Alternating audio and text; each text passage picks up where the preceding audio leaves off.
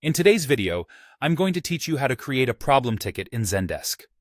Understanding how to properly manage problem tickets is crucial for efficiently tracking the root causes of recurring issues, ensuring smoother operations and more effective customer service.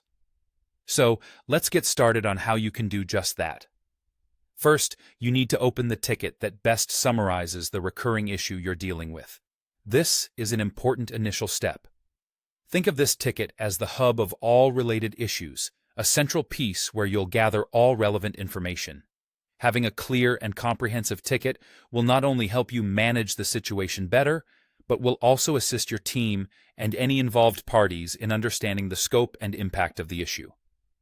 Once you have the ticket open, direct your attention to the left sidebar within the Zendesk interface.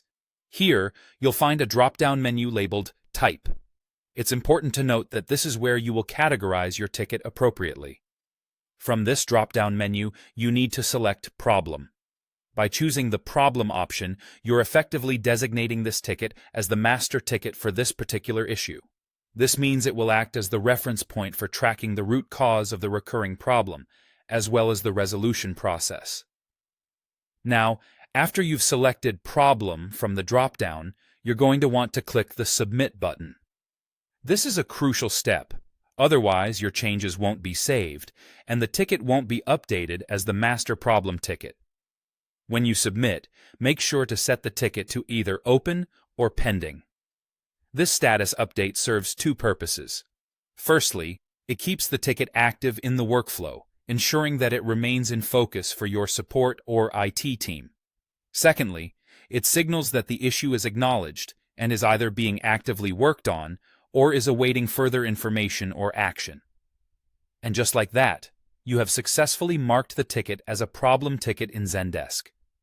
By creating a master problem ticket, you're not just organizing information, you're laying down a structured path for identifying and resolving the recurring issue efficiently.